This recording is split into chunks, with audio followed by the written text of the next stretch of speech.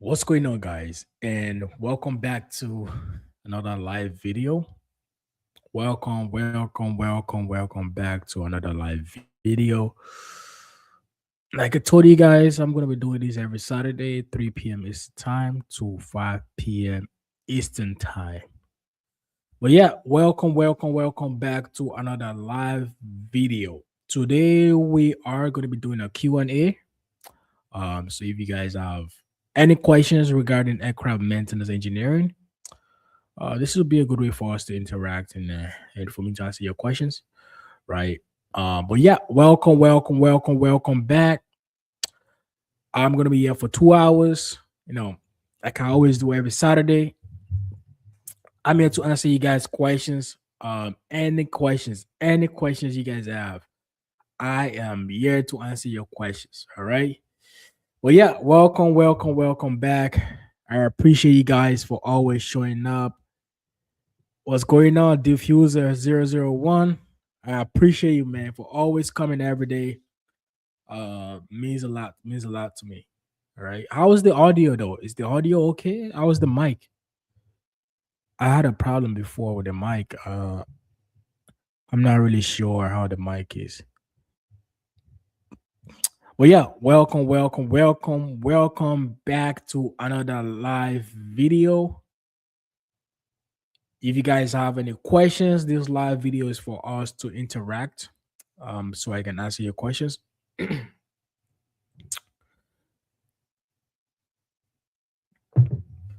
Welcome back to another live video. Hey, what's going on, man? How are you?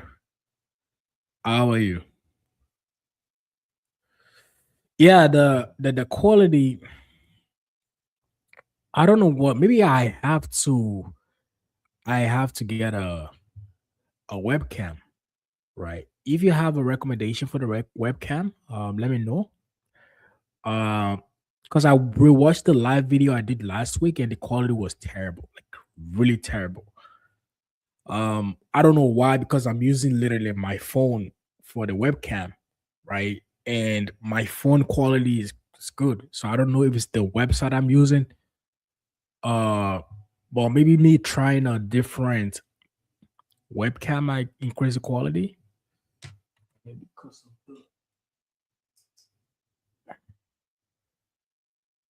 yeah, probably the light was too bright also. But yeah, welcome back. Welcome back to another live video. Uh Today we are gonna be having a Q&A. So if you guys have any questions regarding aircraft maintenance engineering, this would be a perfect time for us. Oh, you said last time was perfect. Yeah, I don't know. Maybe I have to do some settings then. Uh, Try to fix it. But yeah, the more I do these live videos, the more I'm gonna be snagging more of this, most of the problems here, so I can be, make it more better for you guys to watch. All right. But please bear with me for the meantime. I'm trying to make it work. You know what I'm saying? But yeah, appreciate you guys for always showing love, man. I really appreciate Diffuser. I really appreciate every week you always showing up. Means a lot to me, bro. Means a lot to me. All right. So if you guys have any questions, I am here to answer your questions regarding aircraft maintenance engineering. So we have a question. I am an aircraft tech from India. Can you get me a job in? Guys, please, the question has to be regarding aircraft maintenance engineering. Uh if you want a job, no, it's something I can help you out with the resume building, the interview preparation. And please, you have to be in Canada. You have to have the rights and the ability to work in Canada. So you have to have a work permit, right? Uh those are the minimum requirements, because if you're outside the country, it's just gonna be harder for me because you need to go through immigration, and I'm not working for any immigration consultant, or I'm not an immigration consultant. You know what I mean? I only help people with aircraft maintenance engineering. So you have to be in Canada. You have to have a work permit to work in Canada. right? Then we can talk on how I can help you out to find a job. All right. I appreciate it, man. Appreciate it. So yeah, guys, I'm back. If you have any questions regarding aircraft maintenance engineering, also if you want to join the live video, right? I'm gonna drop the link in the comment section where you can just click the link uh and join the live video, right? This is the link. Join the live video so that way we can have a personal interaction. And also, guys, like I showed you guys last week, the website I'm currently working on, it's done. The website is done. I am excited for it. I just got to do some polishing. For you guys don't know what the website I'm talking about, let me just share my screen with you guys so you guys can see what I'm talking about. So the website is mostly focused for people that are trying to write their license examination, the cars examination, the power plant, the airframe.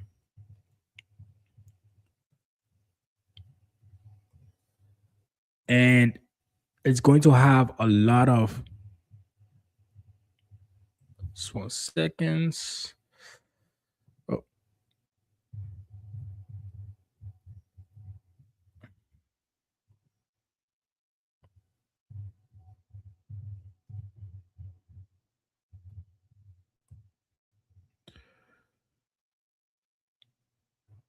Oh, okay. Let me share my screen. I'm going to share my screen with you guys so you guys can see the website I'm talking about. Uh, so yeah, this is the website. It's already done. The questions I had done already, right? I just got to do some fixing to make it a little bit, accessible, right? But yeah, the website is gonna be called Sky Test Pro, right? Right now, if you go on the website right now, you probably not see anything, right? You would not get access to the questions because I gotta get you guys access to the questions. But yeah, it's going to have a lot of questions. A lot of questions. I'm talking about almost hundreds of questions, right? And my goal was this with this question was to make it as the same examination as you're gonna get in Transport Canada. So the same simulation of the examination, right? And a lot of these questions were questions that I did. A lot of questions were questions that the apprentices I have helped with their examination, right? So I put everything in this website so you guys can get access to it, give you guys more values, right? It's going to be each quizzes are 50 questions, right? It's a multiple choice questions.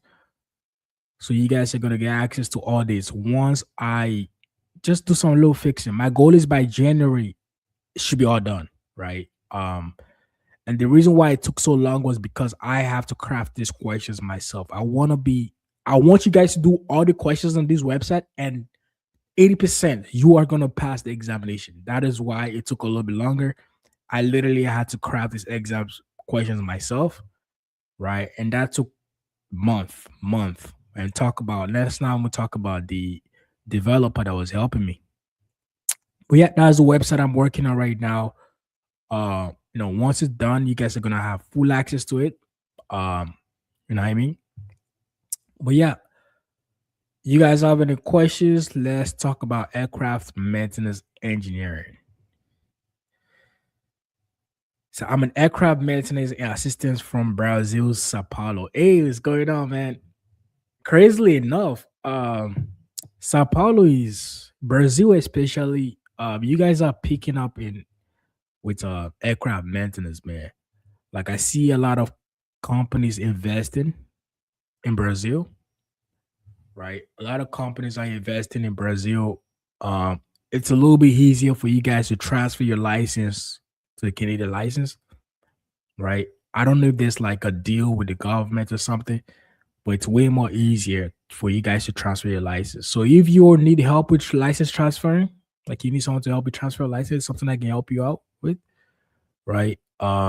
There's like crazily, there was a company I was working for last 2 years uh for contracting. There was a lot of Brazilians there, and they all did their license conversion. So basically the companies hired them from Brazil and brought them here, and they got their license here.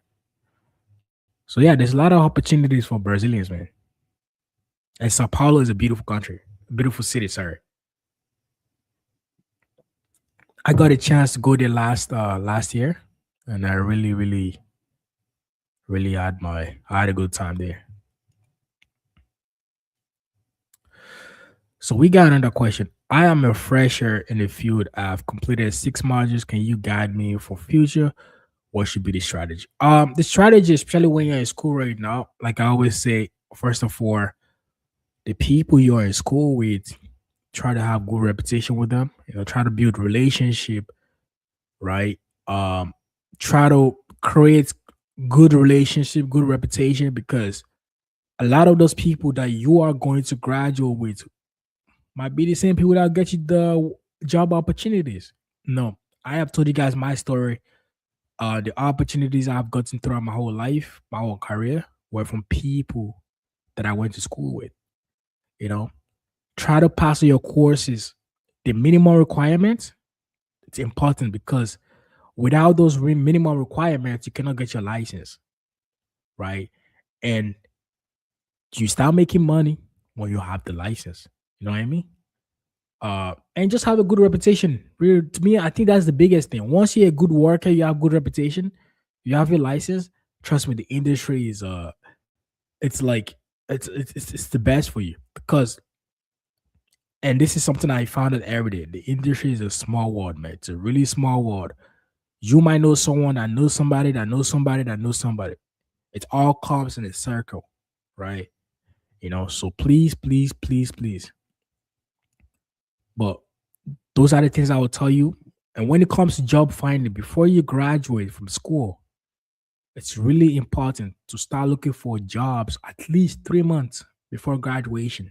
It's really, really important because by the time you graduate with people, now you have a large number of students looking for the same job, you know, and that becomes a lot of competition. You know what I mean? So please, please, please, please, those are the advice I'll give you. But if I was to tell you to live with anything today, reputation is a huge thing. It's a really huge thing. I'm telling you, man. No matter how much qualifications you have, no matter how smart you have, if you don't have a good reputation, man, trust me, people are gonna close doors on you. You know what I mean? So please, please, please, please. All right. And if you need more advice in the future on how to find a job, how to build a resume, how to have a good interview, it's something I can definitely help you out with. I don't care about what country you are, what license you have. It's definitely something I can help you out with. So all you got to do is just hit me up and we can talk. All right.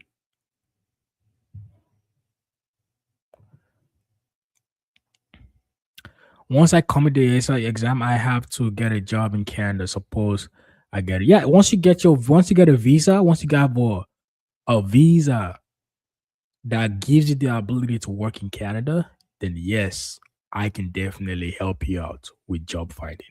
But without a visa, trust me, it's like impossible. Because now with the new Canadian um visa requirement, it's just so hard. They make it so hard for immigrants to come here now, you know? So I can't do much. And companies are not trying to waste so many times trying to do immigration and all that, right? You know what I mean? But please, once you have that work permit, trust me, I am so glad to help you out 100%.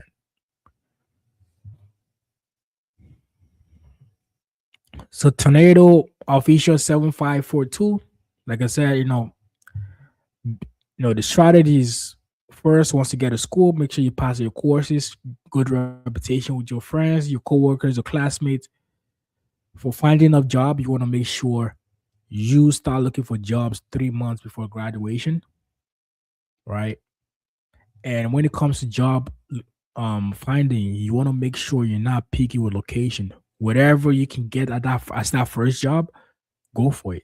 Then once you get our first job, then it's gonna be easier to get a second job, third job. And lastly, your license, it's really important because that is when you are gonna start having more money, more opportunities, right? So yeah, those are my advice I'll give to you. And if you need more advice, you can definitely hit me up on Instagram. My Instagram is Peter Jandit. Uh, and I will be more to answer your questions. I'll be glad to answer your questions.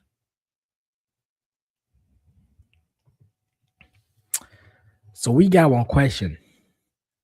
Aircraft maintenance engineers or pilots, what do you think? Oh my goodness. That is a really close one. And I might be a little bit biased because, obviously I'm in the industry, right? Uh, but I would say both careers are like top niche, man. Uh, but when it comes to pay, obviously pilots get more pay. Like pilots in Canada are making close to $300,000 a year. You know, obviously they have more responsibility. Uh, yes, we fix stuff, but at the end of the day, you know, if something goes left, then pilots have more responsibility. But if I was to go for 100% still aircraft maintenance engineer. And I'll be biased because first of all, I don't like heights. You know what I'm saying? Even when I fly, like I don't know, man. I'm not a huge fan of heights. So I might be a little bit biased. But crazily enough, a lot of aircraft maintenance engineers actually start as also a lot of pilots, not a lot, but like I've seen a few of pilots, they actually start as aircraft maintenance engineers. Like I'm currently working with two guys who are in the process of getting their pilot license, their commercial pilot license, and their goal is to become a pilot. And I'll say that is a good strategy, man, because you becoming a pilot, right? After becoming an aircraft maintenance engineer, you can get a job in like, I don't know, like one of those private jet companies. You know what I'm saying? Like you already have the mechanicals and the systematic education. Now it's gonna be easier to even fly and fix your own plane. You know what I'm saying? So yeah, I definitely say it's a good strategy. Becoming an aircraft maintenance engineer first, then become a pilot after. But for me, would I become a pilot? I don't know. I'm not a huge fan of flight. Like whenever I get AOGs and I gotta fly somewhere, it's like, oh my goodness, man, I gotta fly on this shit again. You know what I'm saying? So if I was good with height, then definitely would have became a pilot. Thanks a lot. Is ESL license valid there? No, ESL license is not valid in Canada, right? But with your ESL license, you can do a license conversion to the Canadian license, right? So basically, Transport Canada will look at your curriculum in school. They look at your license, your work experience. You know what I mean? And they will validate that. Once they validate those information, then they'll give you the authorization to write your license exam. Then once you pass the examination, then you become an AME. You get your AME license. But ESL license is not valid here.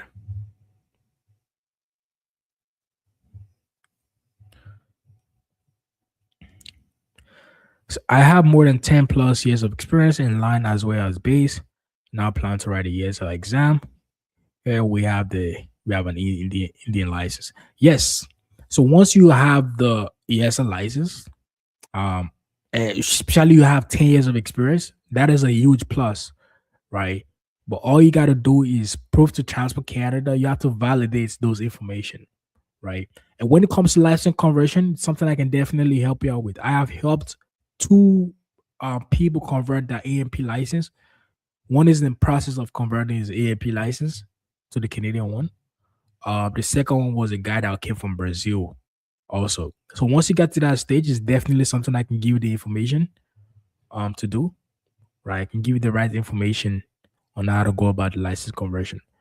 But it's better for you to get an ESL license first. I would definitely recommend you to get the ESL license first, then to do the license conversion to the Canadian one. It's not the easiest, but it's way more faster.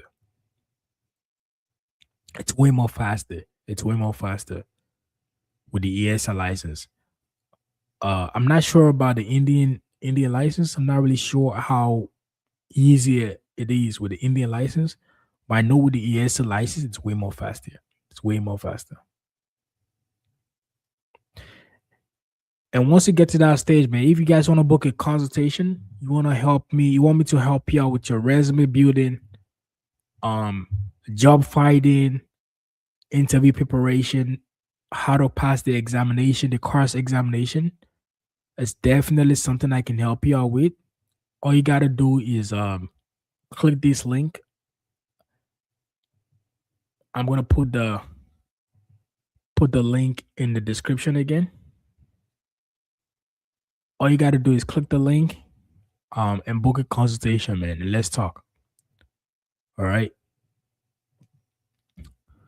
So we got another question. I don't have any FAA college near me. I'm going to do an aeronautic engineering for 2 years after my mechanic course. I think after that I can do my apprenticeship. Is that okay? Um, my personal advice for you, right? If I was to advise you, and I think this is the best way to go about it, right? Why don't you do your FAA? Get your AMP license first, right? Do the FAA and get the AMP license first. Once you have the AMP license, like you sound like a pretty young person. Like I can tell because it looks like you just started off your career, right? Um, get your AMP license first. Once you get an AMP license, then you can work for like let's say a couple years, let's say like 2 years. Then now go into aeronautic engineering because you will have more value when you have the AMP license and now you have your aeronautical engineering degree. Like, trust me, you're like top niche for sure. NASA is gonna hire you for sure, or Boeing is gonna hire you easily. You know what I mean? Um, because for me, it's like going to do aeronautic engineering, then doing the mechanic after. It's like aeronautic engineering is at least 4 or 5 years, right? But AMP is just 18 month, right? In 18 months, you can bang it out real quick. Do the AMP, get your AMP, write your AMP license. It's not like Canadian process whereby you have to do apprenticeship. Then it's really easy for you guys. 18 months, right? Then write your AMP license right away. Get your AMP license, build the experience. Then after you can further your education in aeronautical engineering. Then get your aeronautic degree. By that time, you would have had a diploma, a license, probably a type course. Then now you have your aeronautic engineering degree. That was actually something I was gonna do. Like my goal when I came to Canada, right? Right. My goal was to study aeronautical engineering, but my dad was like, you know what? Why don't you start with AME, right? Aircraft maintenance, and see if you like aviation. So do aircraft maintenance. Then after you would do your aircraft maintenance, you get your license. Then you can get into aeronautic engineering. But I just fell in love with aircraft maintenance. That's why I didn't go to school for aeronautic engineering, you know. But that would be my personal advice. So start with the AMP, get your AMP license, then you can further your education in aeronautic after, you know.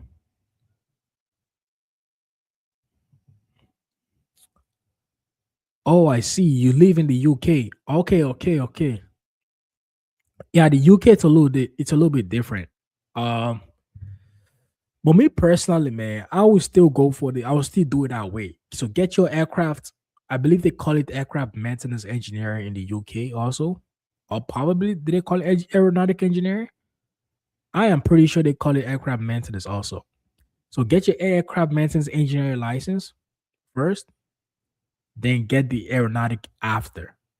Because I don't want you to get your diploma, your degree first in aeronautic and become a mechanic because you getting your aeronautic degree does not give you a plus when it comes to finding a job as a mechanic or an aircraft maintenance. This aeronautic and aircraft is two different words. Aeronautic is mostly focused on the development and the design of aircraft, you know, right? And you having those engineering education to me does not really benefit. Actually, it's a minus because when you're looking for a job and companies see a degree, they're like, oh, why is he looking for a mechanic job? You know what I mean? So personally, I would say get your AME license first, the aircraft maintenance engineering or the mechanic license, whatever they call it in the UK, right? And after you can go for the aeronautic engineering. All right. If you need more advice, man, you can hit me up on Instagram. We can talk about it. I'm more than willing to guide you through. All right.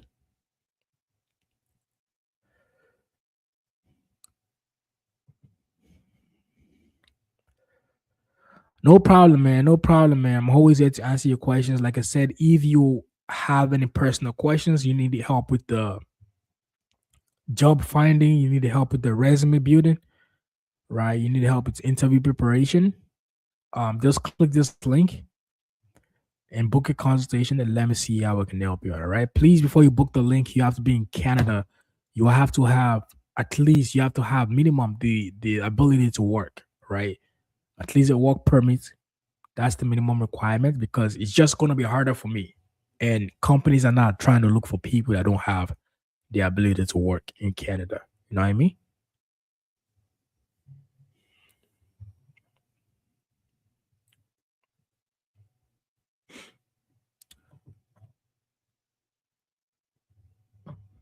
Okay, we have a question.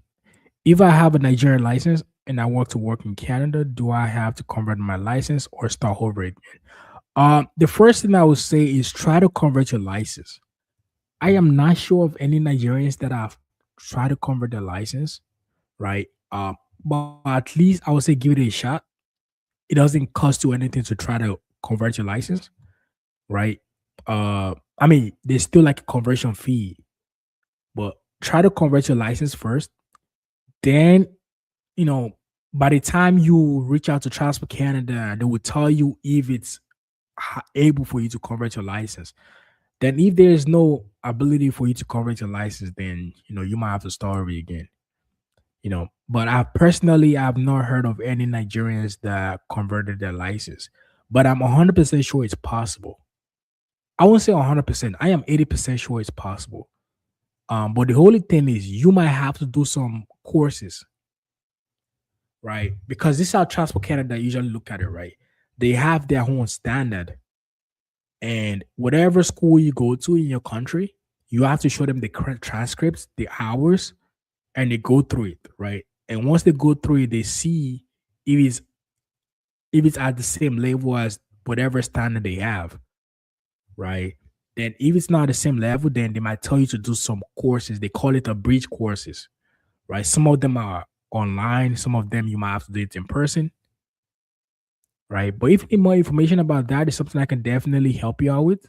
Just like I said, click the link and book a consultation, and we can talk about license conversion. I can definitely guide you out, guide you through the process of the license conversion. All right.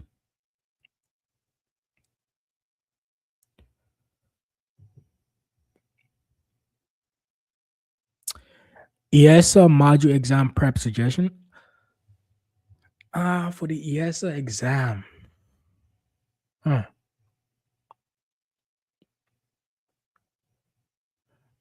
For me, I will definitely recommend. I will definitely recommend this book called Japison. Let me show you guys the book. Um, the book is called Japison.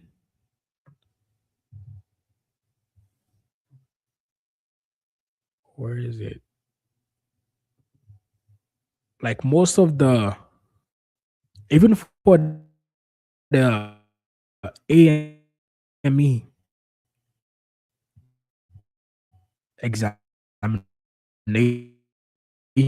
most of the questions come out from this book right here. Japison.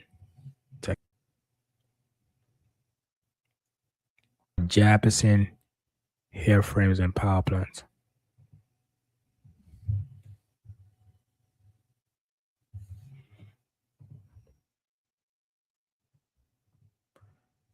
And luckily, there's a lot of PDF file online also.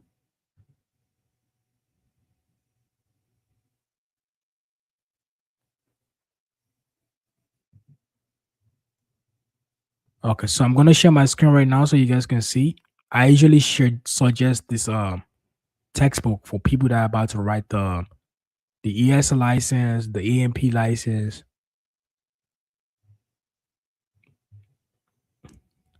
This book right here, it's called Japison. They have four types of it. They have the generals, they have the airframe, they have the power plant, and I believe they have the standard, right? So it's called Japison, Jeppesen, right? Just Google this and you see. And I mean, the good thing is there's actually a PDF file online also. I'm pretty sure you can find a bunch of PDF files online.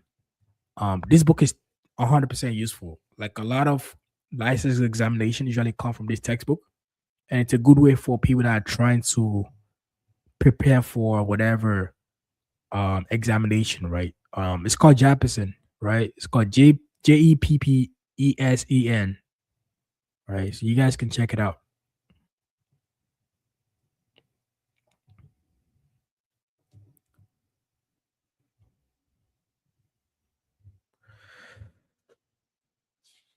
So, thanks, but right now I'm 19. I'm on a light vehicle maintenance course in college, which in only 1 year to boost my mechanic skills. Then after that, I'll do it. Yeah, that is a perfect strategy. Uh, do the maintenance. Once you do the maintenance, then you can go more into the aeronautical engineering. It's better that way rather than you doing aeronautic engineering than getting back into maintenance. To me, I think it's backwards. Okay, I don't know what's going on with my camera, man.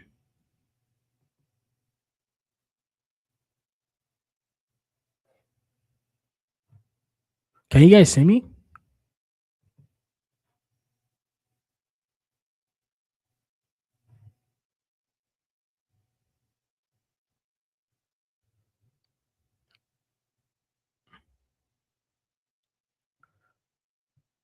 Okay. Okay, now we're back. I don't know what just happened. I think the problem is the software I'm using. So I'm using a software for because I'm using my phone as a web camera, and it's like, you know, I think now it's a little bit better. Yeah. Okay, now it's yeah. So sorry, bro.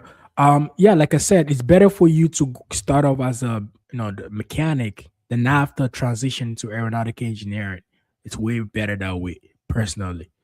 It just gives you more value as a person rather than doing aeronautical engineering than getting back into mechanic. You know what I mean? And you're 19, you still have a lot of years ahead of you. Like trust me, you have a lot of years to get it done. All right.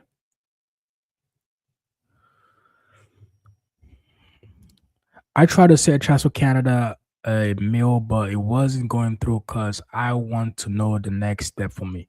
What do you mean by you are trying to? I know there are a bunch of mails. There's actually a specific email for people trying to convert the license. So you have to make sure you're having the right email, right? You got to make sure you have the right email, right? Even if the email, I can tell you where to find it, or I can even send it to you. Just hit me up on Instagram or whatever. Uh, I can send you the right email, right? Because and again, it's Christmas time, so if you are sending the email right now, I am not sure if those guys are working. They're probably on vacation or something. It's Christmas time. A lot of government workers are not working, so you might have to try back in January. You know what I mean? So because December time, trust me, a lot of those guys are on vacation, and they're not working. And trust me, Transfer Canada, they take forever. Those guys are slow as hell. Like when it comes to responses, they are really slow. That's something you just gotta be ready for too. But first of all, I want to make sure you have the right email. You gotta have the right email. So whatever email you have, you can send it to me on Instagram, whatever, and I will send you the right email to send your whatever. And if you need help with the license conversion, man, it's something I can definitely help you out with. It's something I've helped two licensed people right now. One is currently in the same process. He has his AMP license trying to convert to the Canadian license. So I'm well knowledgeable about the license conversion. All you got to do is just book a consultation and let's talk. All right, let's talk.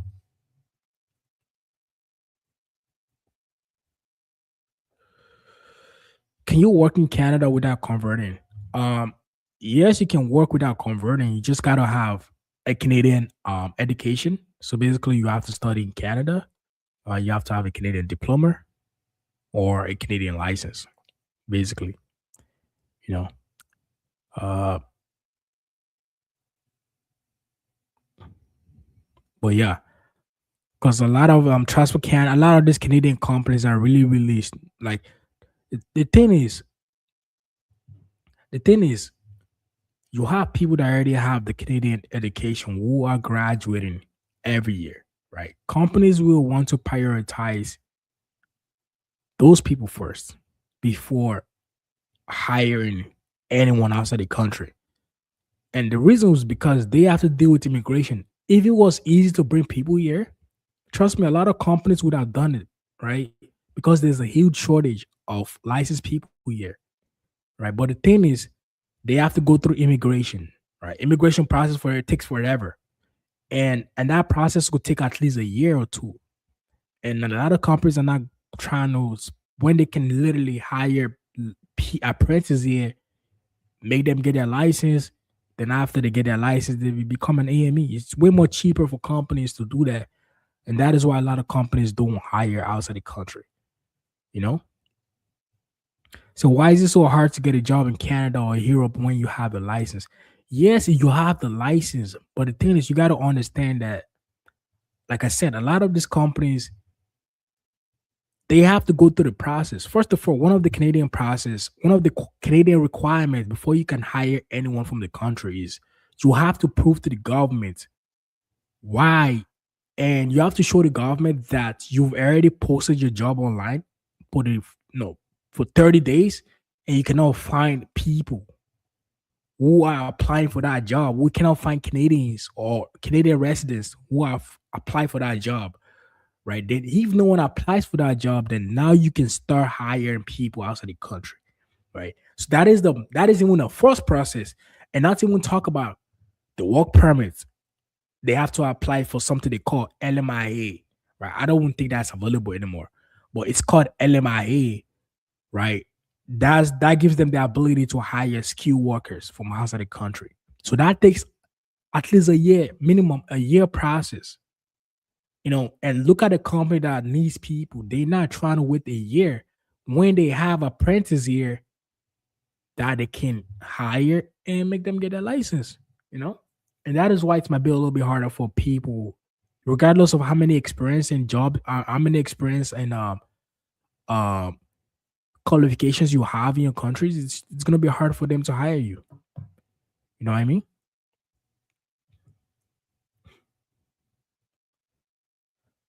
Hello, is the ESA book work for students in you getting? Yes.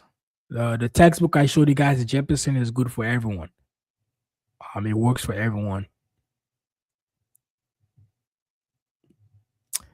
Work in Canada with ESA without conversion. So if you have your ESA license, I would still say because you cannot use your ESA license in Canada. Like you cannot use your ESA license. You have to like you cannot sign an aircraft with an ES. You cannot sign a Canadian aircraft, a Canadian registered aircraft with an ESA license. You know what I mean? So it's actually easier for you to convert your ESA license to AME. Like I said, if you need help with the license conversion, you need more information, you want someone to guide you through with the license conversion, this is something I've helped. two guys with. I'm currently helping a guy with the AMP license, right? All you got to do is just click this link. I'm gonna put it in the description and book a consultation, man. Let's see. Let's talk. Let me see how I can help you out. Make your license conversion faster. It's not something that you will get in 2 days or 3 months. Like it's a long process, right? But just book a consultation. Let's talk. Let me see how I can help you out, make your life more easy. And once you get that license, I will definitely try and find you a job. Once you have that AMA license, you know.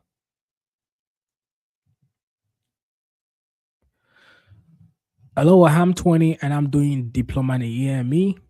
But what advice can you give me? If I want to transfer elsewhere for my studies. Um, say hello, I'm 20. I'm doing the diploma in AME. But what advice can you give me if I want to transfer elsewhere for my studies? Like, what do you mean transfer elsewhere for your studies? Like a different country or different? Why don't you just finish the AME? Where you studied AME right now, why don't you just finish the program there? No? Like, I'm trying to understand what do you mean by transfer elsewhere for your studies.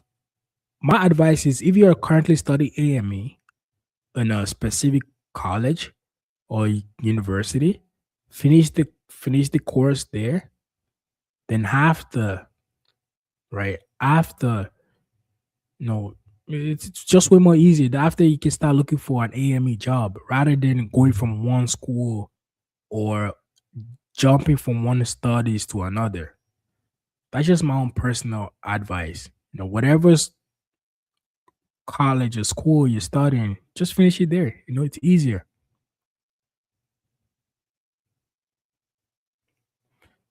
Because you know, transferring from one school to another, now you gotta deal with um credit transfer, like transcript. Might as well, unless if you have a valid reason why you want to transfer, maybe because your parents are going to a different location or you just want to change countries. Okay, yes, that makes more sense. But for me personally, I would just say stick to it. Finish the course you're doing right now, right? And make it happen. But now, if you need more advice about AME, if you're about to graduate from school and you need someone to help you find a job, you need someone to prep you for interview, you need someone to show you the job process, right? How to find a job is something I can definitely help you out with. Just click the link. Click the link, uh, and book a consultation and let's talk. All right. Hey, what's going on, man? I'm having a good Friday, man. How are you doing, bro? Appreciate your love. Appreciate the donation last Saturday. Really appreciate it, man. Thanks a lot. I hope you're having a good Saturday too. Yeah, I'm not working today, so I had to come on here.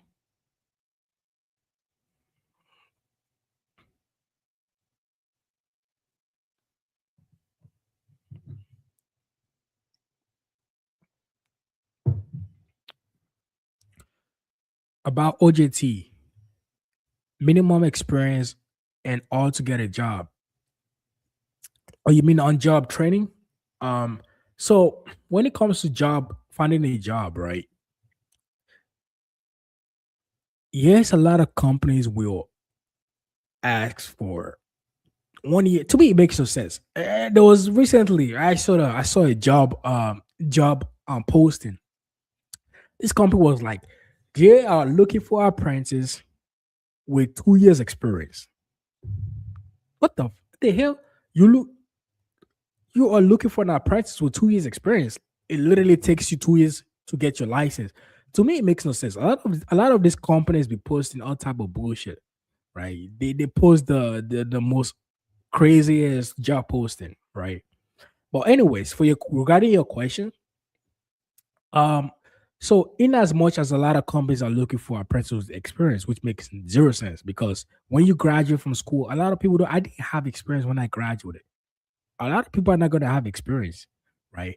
But there are some jobs you can do that will give you leverage, right? And it does not have to be in aviation, right? You can get a car mechanic job. You can get a probably a construction job, right? And then after it's gonna be a little bit more easier to get a apprentice job, right? Because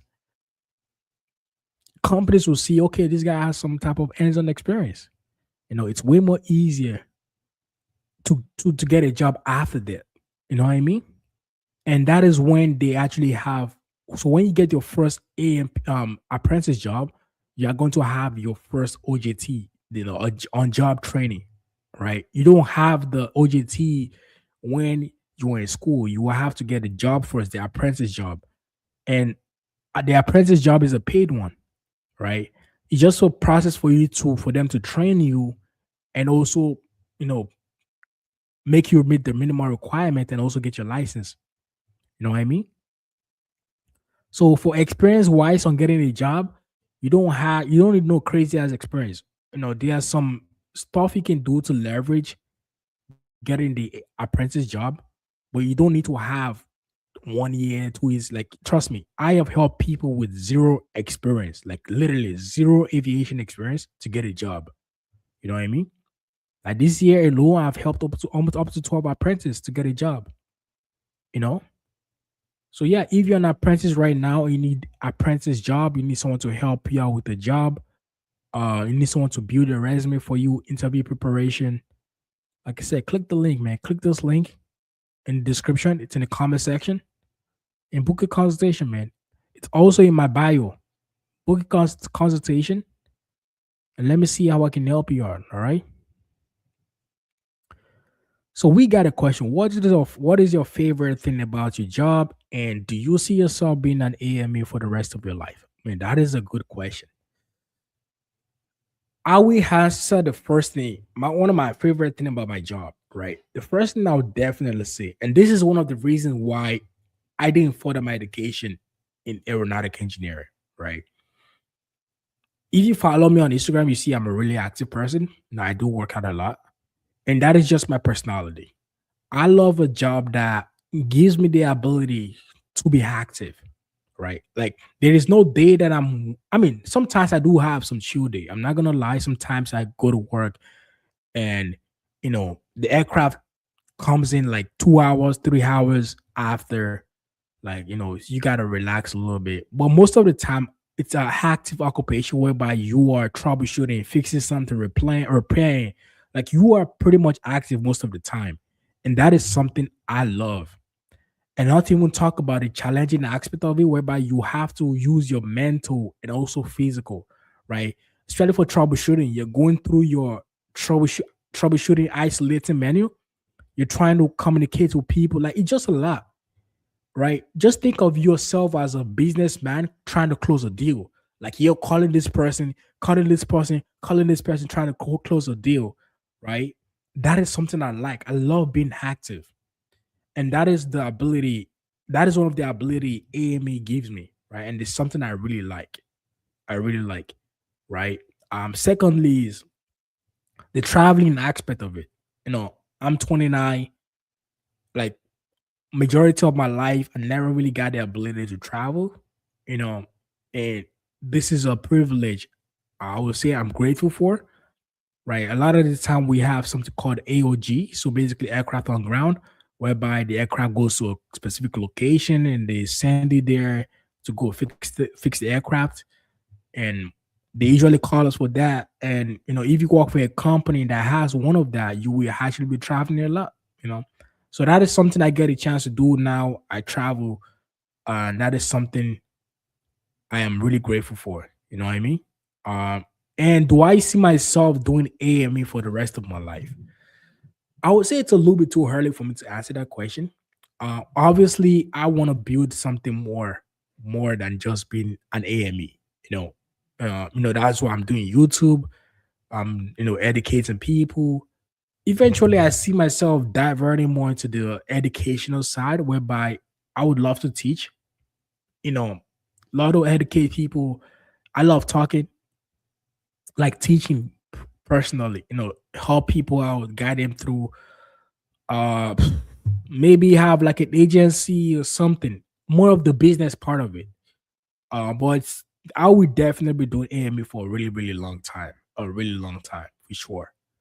But for the rest of my life, I would definitely see myself diverting more into the teaching aspect, transferring the knowledge I have, trying to help people that are trying to get into the industry, and also maybe go into the management side, you know? But yeah, that is a good question, man. That is a really good question. So we have another question. Do you get a lot of days off? Do you get a lot of off days, basically days off? Yes. So we have this schedule called 455. So basically you work 4 days, you get 5 days off, you work 5 days, you get 4 days off, you work 5 days and get 5 days off. Right. And personally, I have not seen any career that gives you that ability. So from my perspective, I think that is a lot of days off. Like in 5 days, like literally this year, in 5 days, that is when I have, like, literally I'm on my 5 days off. So I have Friday, Saturday, Sunday, Monday, Tuesday off. That is when I have the ability to shoot my videos, to edit my videos, to go live, to hop on the calls with people. Like I do a lot of stuff, and sometimes I even travel. So yes, we do have a lot of days off, a lot of days off, but we still, like, whenever I'm working, I work 12 hours per day. Like whenever I work, there's always a long shift, 12 hours.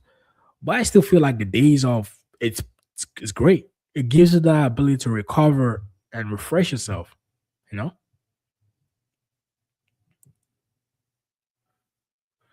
So what's the salary in Qatar Airways and or Emirates? For the salaries, Qatar,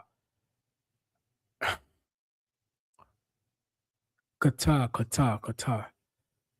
I think I heard. I am not sure. I don't want to give you guys the wrong information. I don't want to, but from what I heard, and I don't know how true this is. I think a friend of mine was telling me they're paying like 12,000 uh USD per month. I don't know. I don't know. Everything is allegedly. I am not sure, but I heard they're paying like $12,000 a month, or maybe even more. But it depends. Obviously, it depends on the AME license you have, and also like the type course, right? So if you have the 787 type course, the 777, the 350, 380s, like, you are gonna be getting the jobs there for sure. But I heard they're paying like $12,000 a month. I am not sure of that. Okay, it's just something I heard of. I don't know how true that information is because I don't work for Qatar or Emirates. All right, but that's what I heard. They're paying like close to $12,000 a month USD.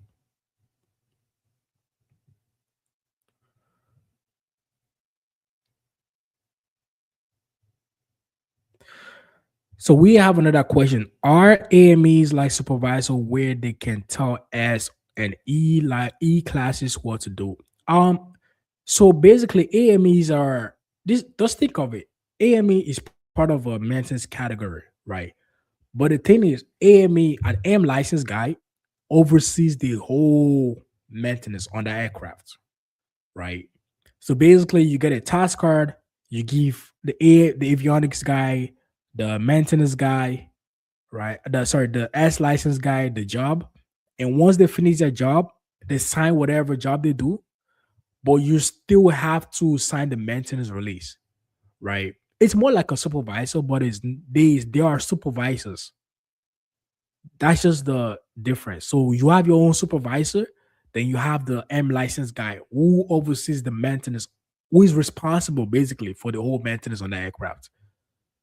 So you're not like checking everyone's job, like, hey, no, you're just making sure everyone is doing their job basically.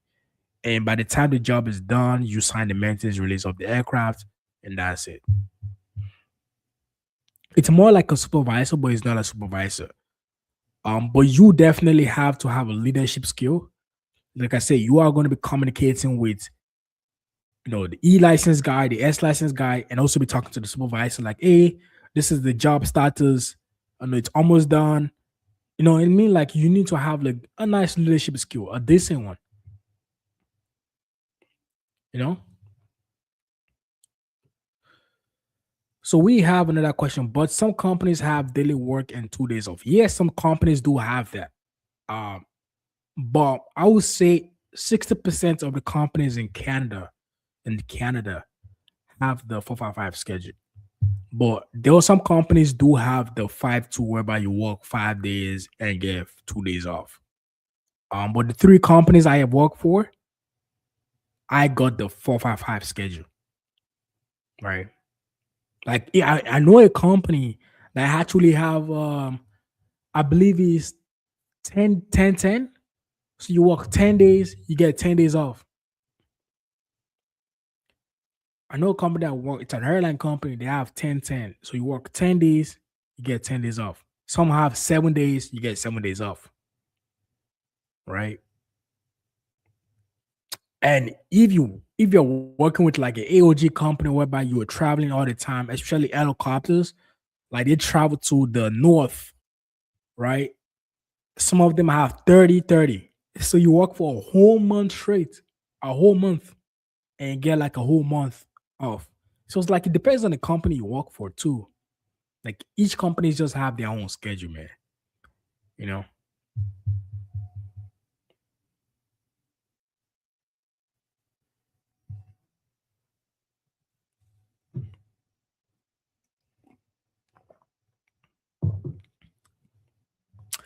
So I'm doing OJT with my module prep. Is it okay or not? Because I've heard a lot that you have to have at least 2 years of hands-on experience in the field to get a well-settled job. Currently on Cessna training jet. Yes, having an OJT right now, it's a plus. It's a huge plus. Please do it. Please. Because like I said, it's not mandatory. Like I did not have 2 years hands-on experience when I got my first job, right? But will it help you get a job faster? 100%. Like 100%. Please, if you're doing a on job training right now, please continue because it's a huge plus. I wish I had that when I was in school, you know. So definitely, I would say it's a huge plus. It's definitely a huge plus. A huge plus. And Cessnas, I did when I was in school, I worked with a lot of Cessnas. Cessnas, I believe 150. Which one else? I worked a lot of Cessnas in school. Like most of the aircraft that used in school were Cessnas. Cessnas. My first engine run ever was with I think it was a King Air, one of the two, King Air or Cessnas. Yeah. But yeah, please, if you are having an OJT right now, it's a huge plus, man. It's gonna help you out when you get to get a job easily.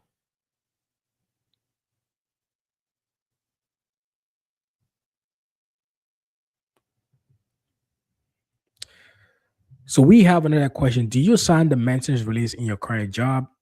How do AMs deal mentally with the significant responsibility with dealing with the safety of humans' life when they sign the release? Yes, right now I do sign the maintenance release. I When it comes to dealing with the responsibility, that is a I love that question, man. I really love that question because one of my mentality going to this field and whenever I sign something is I prioritize the safety of the people that are flying. And this is something I usually do, right? Whenever I fly, whenever I travel, I see how comfortable and confident I am with the plane I'm flying because I have seen the quality of work we do, right? That increase the confidence. And when I'm doing my job, I want those passengers to have that same confidence. You know, that same confidence that man, these people are that's why the quality of my work is it's my priority because I'm always in that situation whenever I'm flying. You know what I mean? And when it comes to dealing with the responsibility, it's something that you will does it's something that you will get used to with experience.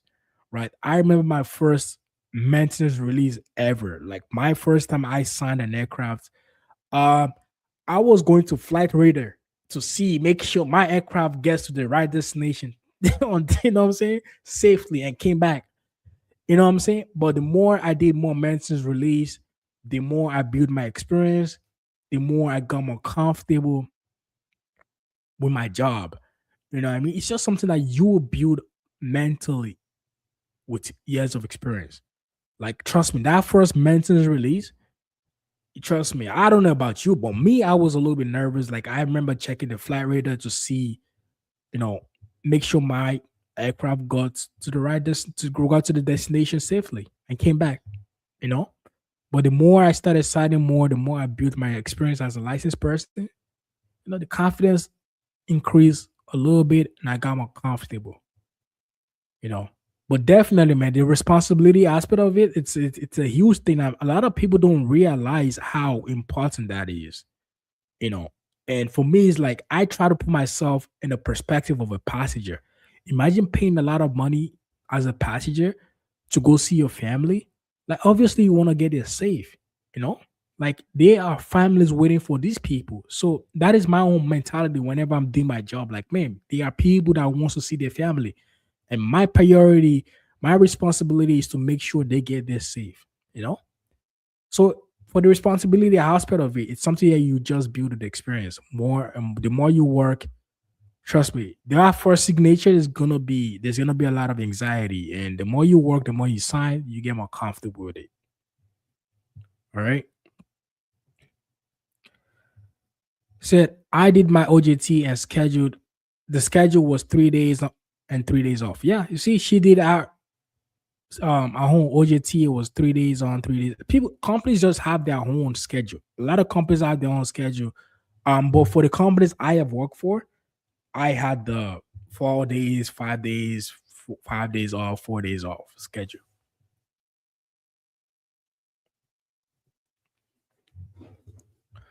See, my school sent us for OJT just 3 months. Oh wow, that is a huge plus, especially when it comes to looking for a job. And something about those on job trainees, this is where people screw up. That is a easy ticket to get a job after graduation. Like, literally, if you have the right mindset, the right behavior, the right strategy, you can get a job right after graduating because now you are in a company. All you got to do is work hard, short on time, attendance is good, have a good behavior, and try to get contact of people. Try to get the contact of the managers, the licensed people, the supervisors. So by the time you're about to graduate, like 2, 3 months, you want to start sending your resume to those people. Like, start sending your resume to those people. Hey, bud, this is me. I'm about to graduate. This is my resume. Boom. That's it. You get a job easy. You know what I mean?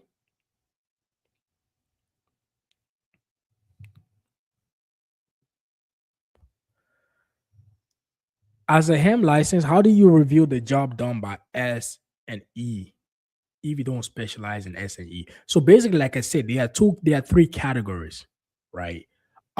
Whenever someone has the S license, right, that means the person is specialized in the structural aspect of it. So he is responsible for his job. I am not responsible for his job. He's responsible for the job, his job, right? But there are some jobs that require dual inspections, whereby you still have to see it as an M license guy to make sure the job is done properly. Because in school, you're going to have a little knowledge of structure and electrical, right? So you have to, as a HEM license guy, you still have to have at least fundamental knowledge about the structure and electrical, right? But at the end of the day, the S license guy is still responsible for whatever job he does, right? And the E same goes to the E license. But especially the E license, there are some avionics job that require dual inspection, requires two licensed people an E license guy and an M license guy, right? So after he has done his job, I have to make sure I'm not involved with the job, and I have to go there and do a proper inspection of the job and make sure it's done properly. But at the end of the day, the E license guy too is still responsible for the job. Also, you know, the ability. The only difference is the M license guy just have the ability to sign a maintenance release. That's it. But everyone is still responsible for their jobs. Like regardless of what license you have, you're still responsible for whatever job you do. My job is to sign the aircraft that whatever job is being done on this aircraft is done in accordance with this airworthiness. And the aircraft is still airworthy. It's done in accordance with the AMM, blah blah blah. Right. That is my own duty. But whoever does the job itself is the person is responsible for the job. The person is still responsible for whatever job.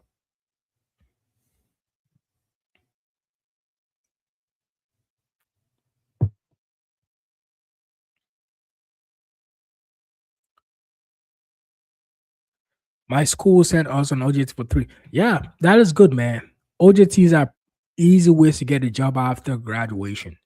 Easy way.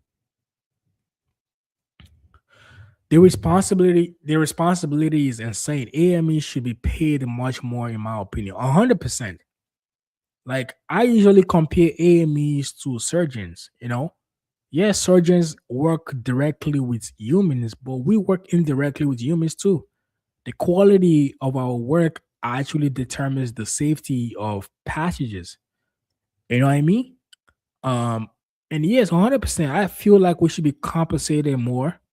But the thing is, like I said, even comes to when it comes to,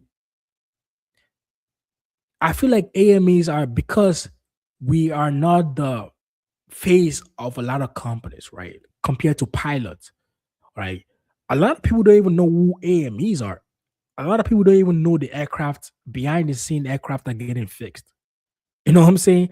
A lot of people don't know aircraft go through problems that have to get fixed. And that is because the face of aviation are pilots, flight attendants, right? And is it what they call them? Dex agents, right? Those are the face of aviation. AMEs are always behind the scenes. So when there is an occupation that is not really in front of the face of people and people don't understand the responsibility they have, they're not as valued as they are meant to be, basically. Until people we stop putting out videos like these and start showing people that hey, the aircraft has to get fixed. The aircraft got to go through scheduled maintenance. The aircraft, we work night shift to make sure it's safe for people to fly in them next morning, right? We have to voice our opinions out more and put more pressures on companies. That is when we can start getting paid more. From my opinion, I think that is the only problem we have. And when it even comes to educational aspect of AMEs, there's not a lot of videos on YouTube or the internet about aircraft maintenance, right? There's not a lot of videos. But if you go on YouTube right now, you can see hundreds of videos on pilots. You know what I mean? And that is because pilots are the face of aviation. You know, we are not the face of aviation. And that is why there's not an obligation for companies to invest a lot more in us. Because yes, we are responsible, we are important, but when it comes to marketing strategies and they don't even want to know aircraft get fixed. You know what I'm saying? A lot of companies don't want people, passengers to know aircraft do get fixed because it's more like a mental, it's a psychology strategies that creates that safe space for people that the aircraft is the perfect machine. What it is, like aircraft is for an aircraft to crash, it's gotta be really, really bad, like really bad. So they try to create that psychology um thing that aircraft is it's a safe machine that never goes wrong or goes bad, you know. But from my perspective, I think that's one of the reasons why we're not getting paid more. Basically because we are not the face of aviation, you know. And also, do you think M guys have more independence compared to S and E? Yes, we definitely have more independence. And that is because, like I said, we signed the mentors release, right? Uh, and M license and S license guys too have their own independence. Like you are not going to see M guy watching your job because as an S or E license guy, no, it's not gonna happen. Like that is not something that will happen for sure. But when it comes to M license guys, we just have more. I would not say freedom, but we have more independence when it comes to work. And that is because we signed the maintenance release, and if you are not comfortable with whatever maintenance is being done to that aircraft, and you don't sign, it's like okay, that is it. The aircraft is not going anywhere. You know, that's where the independence comes in. Personally, so guys, like I said, if you have any questions regarding Hey and Me, we have 30 more minutes. Guys, also, I'm going to be dropping a video. I'm still deciding if I should drop the video today or tomorrow. Currently editing a video right now. Um, Probably be tomorrow. I think it's a little bit too late to drop the video today. It's like 4:30 already. But yeah, guys, if you need help with your resume building, your interview preparation, uh, finding a job is something I can definitely help you out with. All you gotta do is go to my bio on YouTube and click the link and book a consultation, man.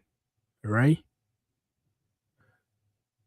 Really good insight. Thanks, Peter. I'm going to head off, but have a great weekend and happy upcoming New Year's. I appreciate you, man, for always showing me love. Every weekend, you always come down here showing me love. I appreciate you, man. Thanks for again for the donation last week. Really appreciate it. Means a lot to me. And thank you. All right. And we hopefully we can catch up next week also. Take it easy, bud. And hopefully you have a great New Year's, great weekends. All right. Appreciate it, man. And we have a question. I'm from Pakistan. What do you think about the potential of these field air? Or I have to think about migrate. That is thing. I don't know. I don't know what the job market is in Pakistan. Like how many the thing is things you gotta look at is okay, how many airlines do you guys have? Right? I'm not really educated about the airlines in Pakistan, right? Do you guys have MRO companies, right? Those are the things you have to look at before you make the decision to migrate. If the answer is no, you guys don't have a lot of opportunities, then definitely the migration it's a good idea. But if you think you have opportunities back home, I think it's better off to just stay back home. I'm a huge fan of migration. I came to this country as an immigrant, came from Nigeria, also came to this country to study AME. That is why I'm a huge fan of migration. I am a huge fan of migration.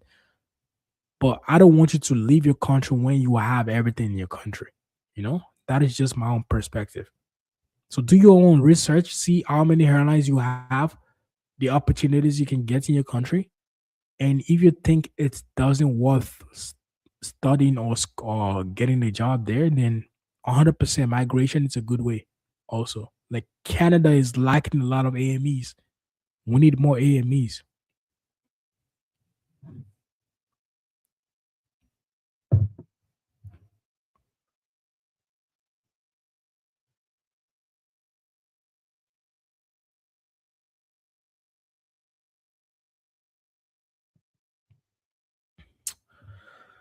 So when you first started, how or even when did you find out you were doing work that didn't align with what you hired for? Labor cheap. So sorry, I'm trying to figure out. So when you first started out, or even now, do you find that you were doing work that doesn't align Wait, what you hired for? Oh, okay. I see what you're saying. Um, I what I am doing right now and what I got hired for is definitely the same thing. Like I am working as an aircraft maintenance engineer. Uh, and I'm grateful. I'm grateful for where I'm working. You know, it's it's an opportunity I've always wished I had when I was in school. And that is something I would definitely not take for granted. I have, like I told you guys, when I started my career as an apprentice, I was getting paid like nothing. I was getting like $18 an hour, like really cheap. No, fast forward to where I am right now, man. I'm really grateful, man. I'll forever be grateful to myself, to my dad, to my parents for making that sacrifice. To the company for giving me the opportunity. You know.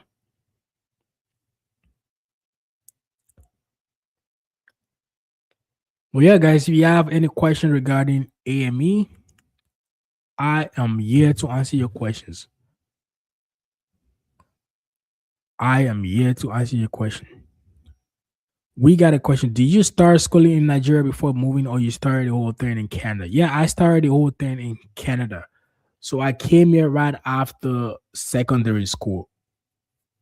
So I finished my secondary school in SS3. Then I like the next month literally came to Canada and started my education for AME. So I did the whole thing here in Canada.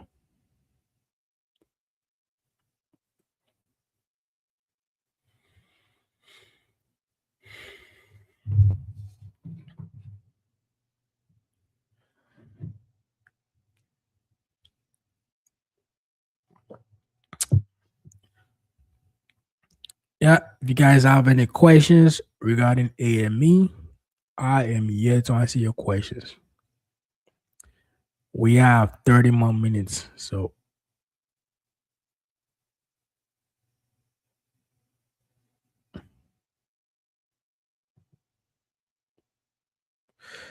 the thing is, I don't want to be unrelated work and get bossed around by other. Oh, okay.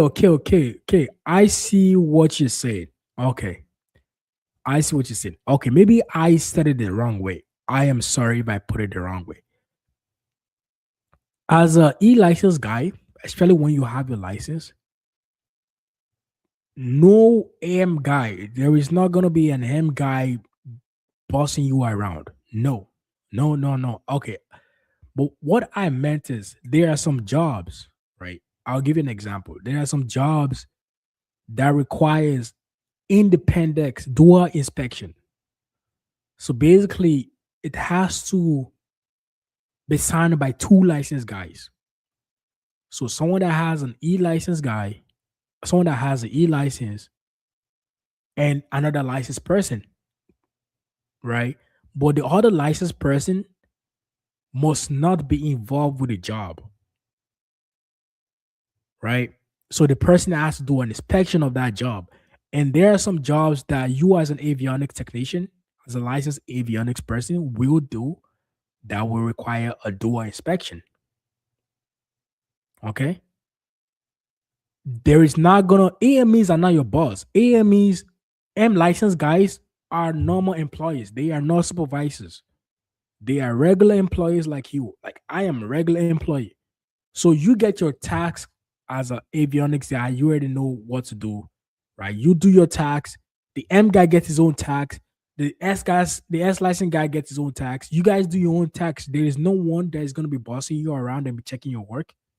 Like then, but the thing is, the overall maintenance, and that is where the responsibility of the M license guy comes in. The overall maintenance of the whole job done on that aircraft has to be signed by one person.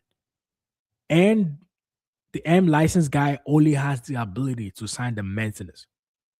But when it comes to bossing around, no, there's no one that's gonna be bossing you around. The M license guy is gonna be busy with his own job.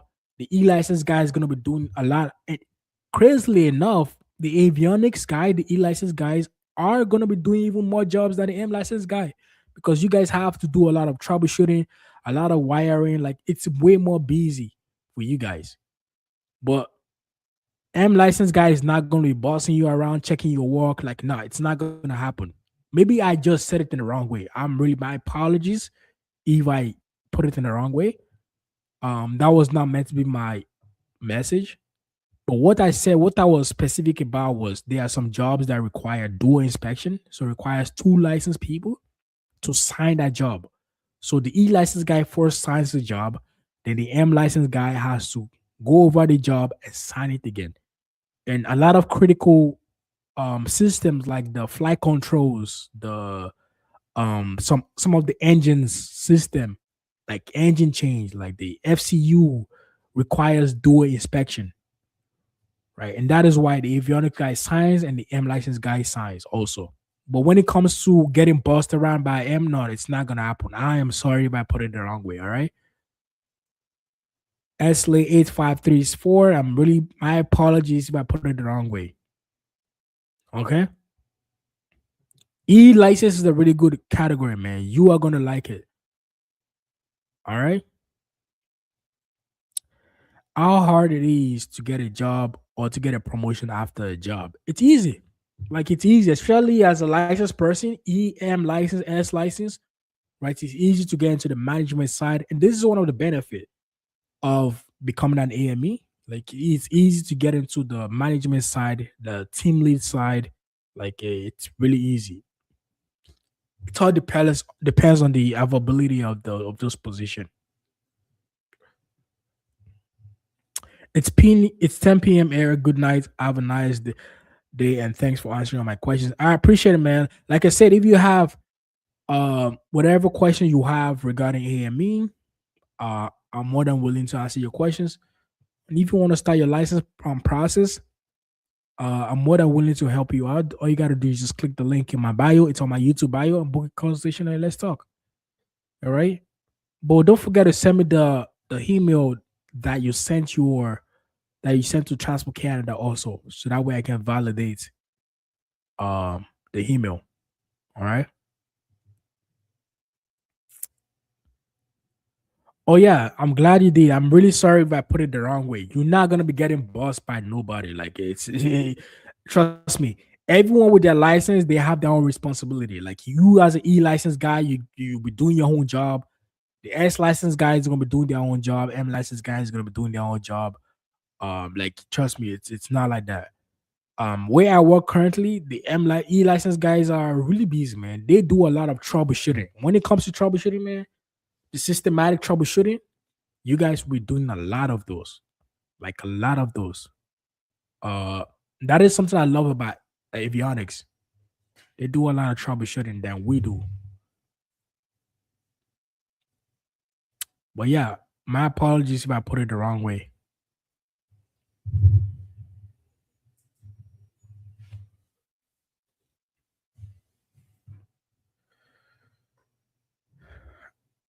All right, guys, we have at least 25 more minutes. You guys have any questions regarding AME? Like I said, I'll be doing these every Saturday at 3 p.m. Eastern Time to 5 p.m. Eastern Time. And guys, for you guys that are just joining right now, the website I'm working on right now, like I told you guys, it's done. I just gotta do some quick editing so you guys can have full access to it. The website will be called Sky Test Pro. Sky Test Pro. And this website is gonna have hundreds of practice questions for people that are going to write their Canadian regulation examination, which is the CARS examination, right? Both the CARS, the generals, the airframe power plants, and it's going to be a good gig for people that are trying to get into the industry and need something to practice with. And this website is going to have hundreds of questions. Like each modules have at least 50 questions each. Like you can see, I have quiz 1, 2, 3, 4, 5. Quiz 1 is 50 questions. Quiz 2 is 50 questions. 3 is 50 questions. 4 is 50 questions. Like each of them are 50 questions. And the reason why I did that was to have us give you guys the live simulation of the Transport Canada exam, right? Like if you go to quiz one, for example, this is focused on the airworthiness part of cars.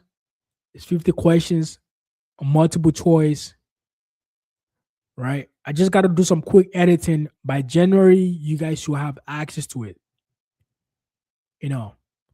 But yeah, this is something I'm working on.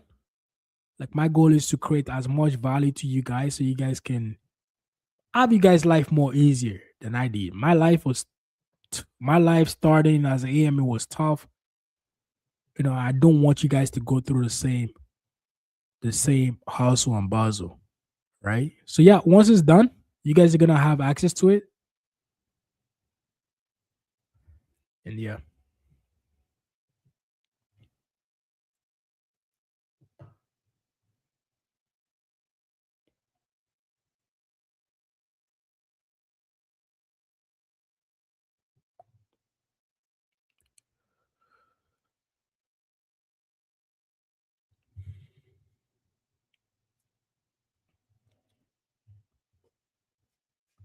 So we got a question. I, Peter, accepted a JM contract as ACO with 2 years experience, cabin, mandatory and component training, no license yet.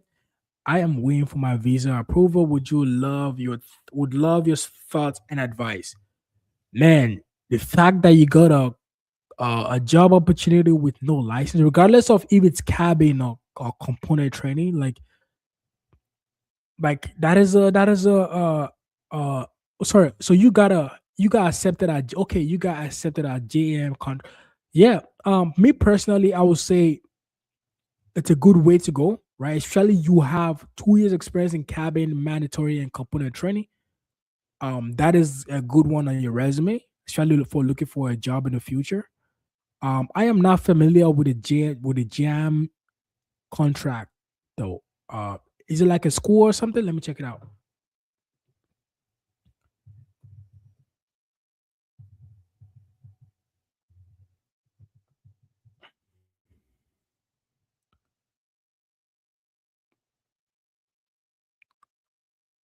Okay, looks like it's in the military. Okay, it's in the U.S. military. Okay, so yeah, that is a good one, man. That is a really good one. Me personally, like I always tell people, reputation is a huge thing in the industry. You want to have good reputation going in, build good relationship, because trust me, those are the same people that will get you the future opportunities, man. You know what I mean? And the fact that you have 2 years of experience in the cabins, because we have cabin technicians also. Where I currently work and the companies I worked before, we have cabin technicians that focus mostly on cabins, right? That is a huge plus, man, on your resume. Like you getting an AMP or AME job after, it's gonna be so much easier. So much easier. But like I said,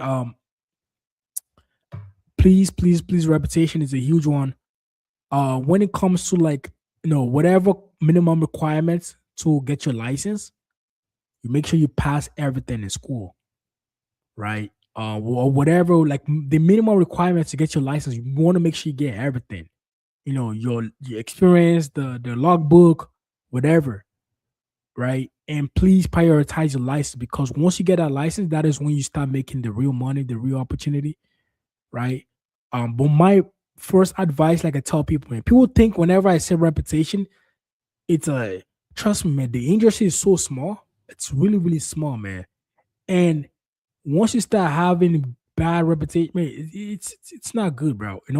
So please, and the fact that you have 2 years of cabin experience, plus now you have the junior mechanic uh offer, like getting the next job will be so much easier, so much easier, so much easier. And if you need help with whenever you get to that position whereby you need to get a job, right? And you need someone to help you out with the resume, the interview preparation, and also the how to find a job, the strategies I usually use to get a job. It's something I can definitely help you out with. All right. But the thing is, I just need some clarity on the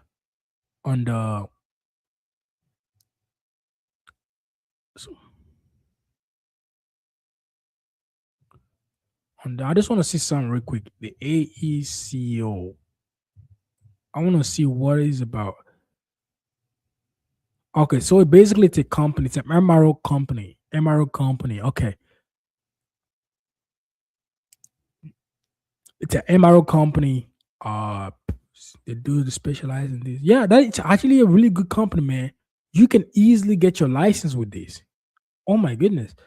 Like you got this opportunity without no experience. Like I'm looking at their career.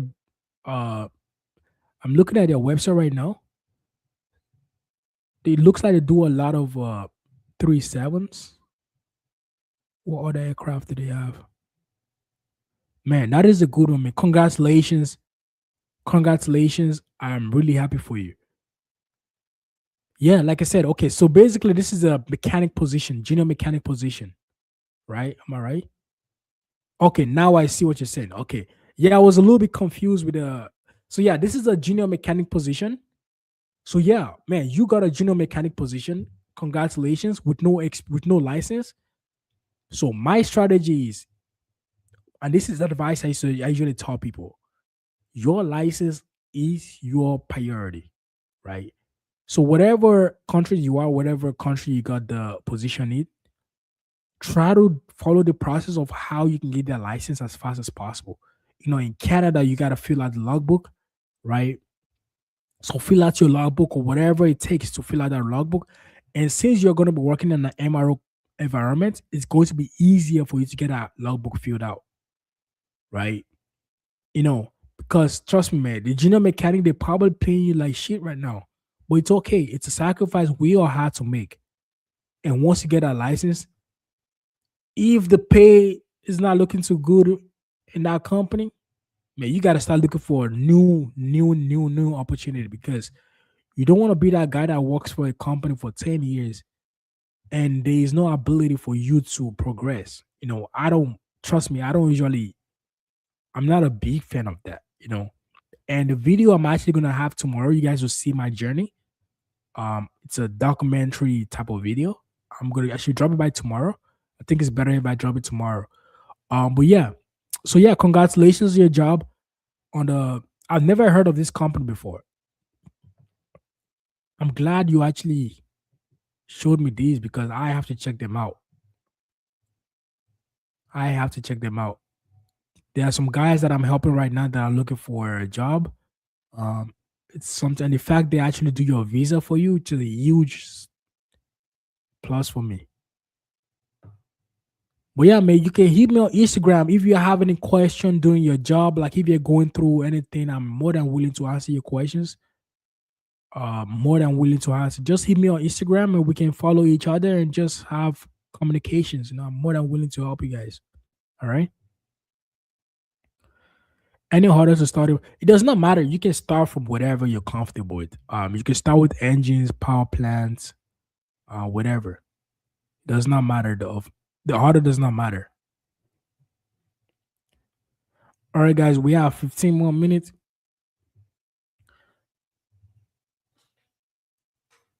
Do you plan on getting a second license? Hmm, that is a good question. Uh, so currently, right now, I heard some rumors, right, that Transport Canada. I don't know how true is it, right? They're trying to merge the M license and E license together.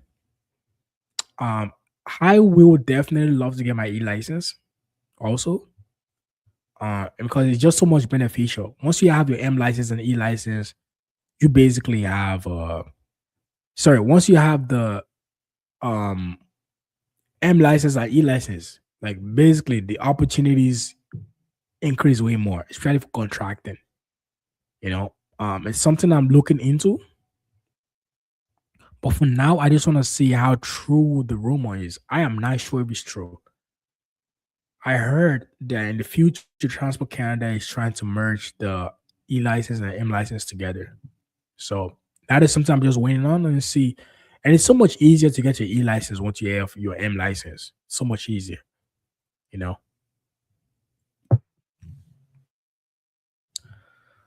So yeah, Thomas, if you want to talk to me privately, I have an Instagram, we can talk. I can give you more advice.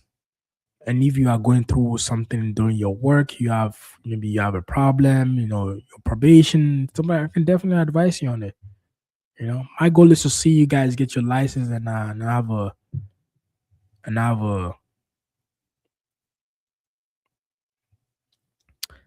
have a better future. So it is unwise to get an e license then. No, I am not saying you should not get your e license. I am saying it's a rumor. I am not sure if it's true. You know, it's all a rumor I heard from people, and where did they get that information from? Only God knows. So e-license definitely has opportunity. Like e-license, I would say e-license are like the brain. Mechanics are like the M license, like the muscle of maintenance. E-license is more of the brain. Like you are gonna be doing a lot of troubleshooting, a lot. So yeah, e-license, I definitely say get the e-license. Please get the e-license. And there's more people in M license than e-license. So there's less competition for e-license people, you know?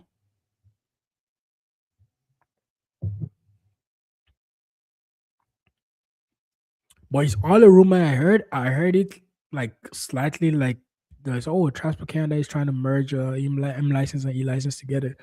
I'm like, I don't know. I don't know how true that is. But if it happens, it happens. But it does not matter. To me, it does not.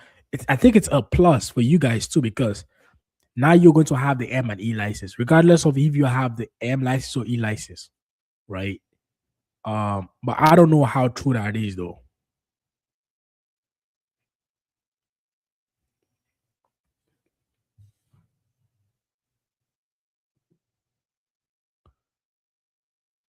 Not at all. No, no, no, no. So basically, think of the AMP license. In America, they only have a AMP certification. They actually call it a certification, right? There is no like categories. So let's say, for example, which is not true. It's not true. Actually, it's not true.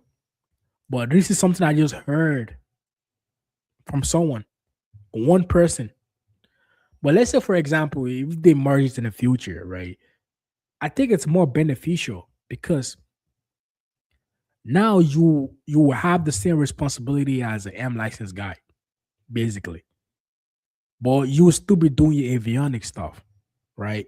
And M license guy is like one license, basically. Instead of having the reason why they're doing this because of the shortage, right? I don't even know if it's true, to be honest. Like I don't want to give you guys false information. Actually, it's not true. It's not true, okay? Because I take whatever information I give, I take it so much. I take, I don't take it for granted whenever I share an information. So I would say it's not true. I don't know. It's not true. But let's say, for example, they merge together. I think it's going to be more beneficial than actually a problem for both E license and M license. Okay. But don't worry about the E license, man. Trust me, you are good. You are good for E license.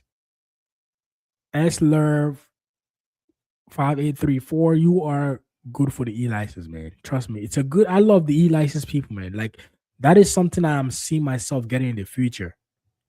You know, I love the troubleshooting aspect of like trying to figure out the problem, like dealing with the it's more fun, you know?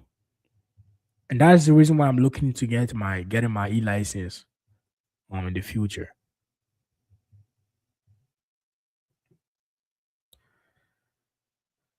Oh, perfect. Perfect. Once I finish this live video, I will get back to you. Okay? But yeah, if you guys have any questions,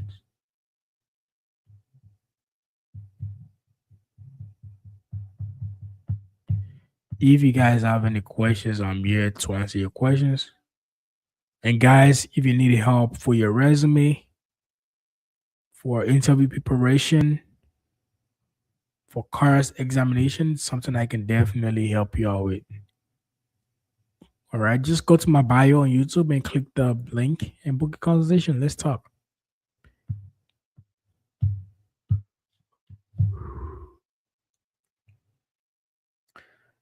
All right, guys, I have 8 more minutes. 8 more minutes. 8 more minutes.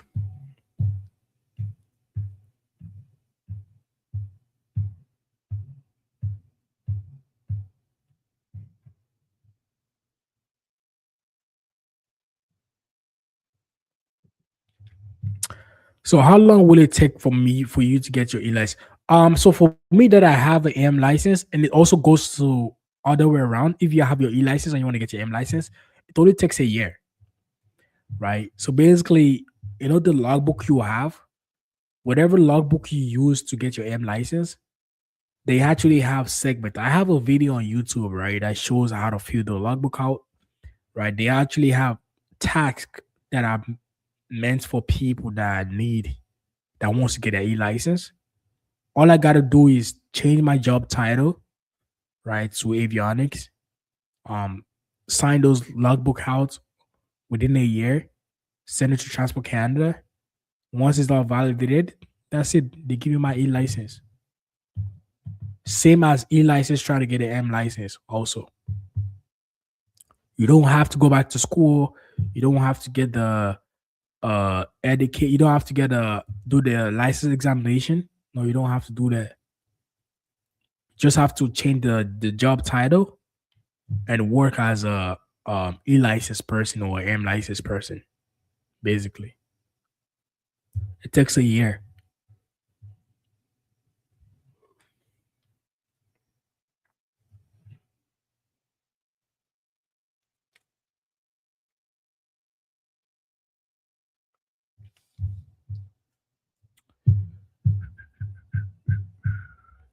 If you guys have any questions, I'm going to be back again next week, Saturday. Like I told you guys, I'm trying to be more consistent with this stuff, 3 p.m. to 5 p.m. every Saturday. I want to be consistent with these live videos so that way I can answer you guys questions on live. But yeah, I appreciate you guys for always showing me love, tuning in. Means a lot to me, man. Means a lot.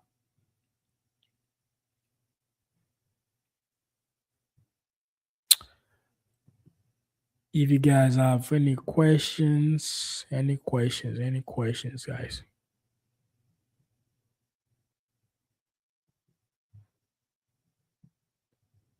Any questions?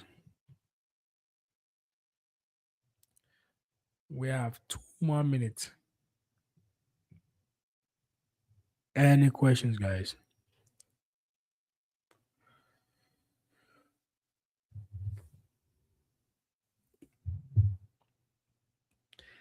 Any questions?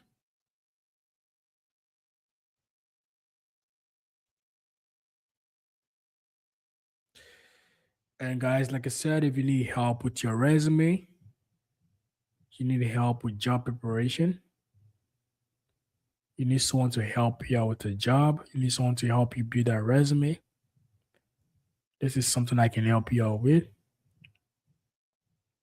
You need help with your license conversion, all you got to do is just click this link, man. Click this link. It's also in my bio on my Instagram. Just click the link and book a consultation. Let me see how I can help you out. Let me make your job process easier and faster. And guys, I should have a video coming out tomorrow. I was decided to drop it today, but I think I'll drop it tomorrow. I might change my mind and drop it today, but let's see. Please, you guys, go show me some love. That video is really personal. It's basically showing my journey, like literally my whole journey when I started off as an apprentice to when I got my license, everything. You know, I think it's a good video, and I think you guys are gonna love it. But anyways, that is it for today's live video. I want to say thank you guys, thank you guys, thank you guys, thank you guys for always showing me love, taking two couple of your availability and just popping up on live. I really appreciate you guys for always tuning in. Thank you so much. I really appreciate it. And oh, we got one text right here. Hey Peter, I hope you have a great day. I wanted to thank you for all your help with my resume. I appreciate you, man. Thanks for trusting the process. Uh, and I want to say thank you guys for always showing me love for everything, man. Means a lot to me. Means a lot to me. And please, guys, for you guys that are new to my channel, I have videos about aircraft maintenance engineering. And if you are thinking about joining this program, trust me, this is a good career path. It's something I would definitely recommend. If you need more insight about this career path, you need someone to guide you through. You need someone to help you out with the resume. You need someone to help you out with the job finding. You need someone to help you out with job applications, something I can help you out with. Just go to my bio on Instagram and book a consultation. All right. And I appreciate you guys for always tuning in.